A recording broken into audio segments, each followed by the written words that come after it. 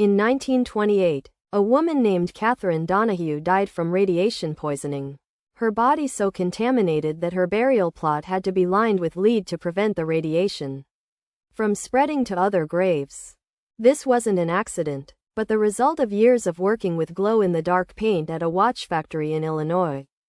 Hundreds of women like Catherine, known as the Radium Girls, were poisoned and killed by the very thing that was supposed to make them rich, the glow-in-the-dark watch faces that were all the rage in the 1920s. But here's where it gets dark. Their employers knew about the risks and did everything in their power to cover it up. The story begins in 1917, when the United States entered World War I and the demand for glow-in-the-dark watches skyrocketed. The Radium Luminous Materials Corporation in Orange, New Jersey, began hiring hundreds of women to paint the watch faces with a special glow-in-the-dark paint containing radium. The women were told that the paint was harmless, and that they could even swallow it without any ill effects. They were encouraged to moisten their brushes with their tongues, thereby ingesting small amounts of the paint every day. The women were paid a decent wage, and many saw this as an opportunity to earn some extra money and gain independence. But nobody talks about this part. The women were not given any protective gear, and were not warned about the dangers of radium. As the years went by, the women began to fall ill. They suffered from anemia, bone cancer, and necrosis of the jaw, a condition where the jawbone disintegrates, causing excruciating pain and disfigurement. Many of the women had to have their jaws removed, and some even died from the condition. And this is where everything fell apart.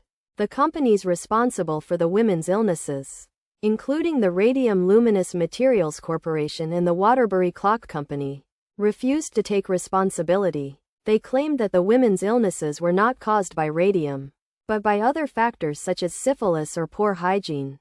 The companies even hired doctors to testify that the women's illnesses were not caused by radium, and to discredit the women's claims. But here's where it gets even darker.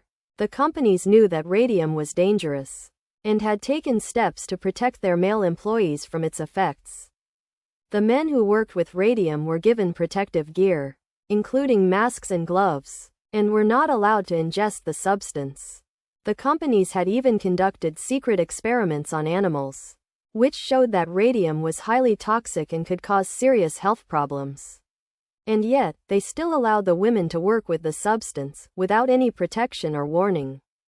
In 1927, a group of former employees, including Catherine Donahue, sued the Radium Luminous Materials Corporation for $250,000 each, claiming that they had been poisoned by radium. The case was highly publicized, and it sparked a wave of outrage and sympathy for the Radium Girls. As the case made its way through the courts, the women's conditions continued to deteriorate. Many of them were bedridden, and some were even forced to have their legs amputated due to radiation poisoning.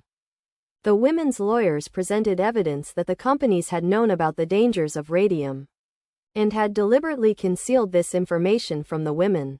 The companies, on the other hand, claimed that the women had been warned about the dangers of radium, and that they had signed contracts agreeing to work with the substance.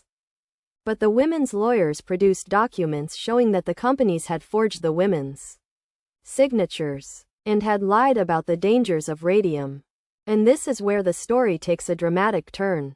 In 1928, the court ruled in favor of the women, and ordered the companies to pay them $10,000 each in damages. The victory was bittersweet, however. Many of the women had already died, and those who were still alive were often too sick to enjoy their winnings. The case, however, had sparked a national outcry, and led to changes in the way that companies treated their employees. The Radium Girls case was one of the first to highlight the dangers of industrial pollution, and it led to the establishment of stricter regulations and safety protocols in the workplace. In the years that followed, the women's story was largely forgotten, but in recent years, there has been a resurgence of interest in their case. And this is where the story comes full circle.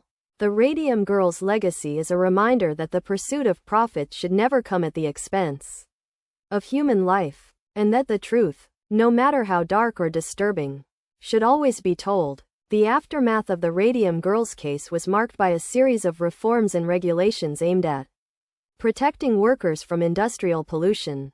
The case led to the establishment of the Occupational Safety and Health Administration, and to the passage of laws such as the Fair Labor Standards Act.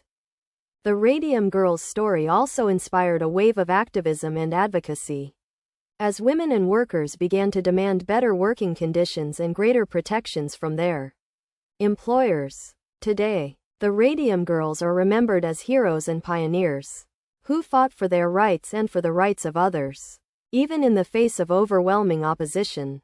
And their story serves as a reminder that the fight for justice and equality is never truly won, but must be constantly fought for and defended. In the end, the Radium Girls story is one of tragedy and triumph, of darkness and light. It is a reminder that the truth, no matter how difficult or disturbing, must always be told, and that those who fight for justice and equality will always be remembered as heroes.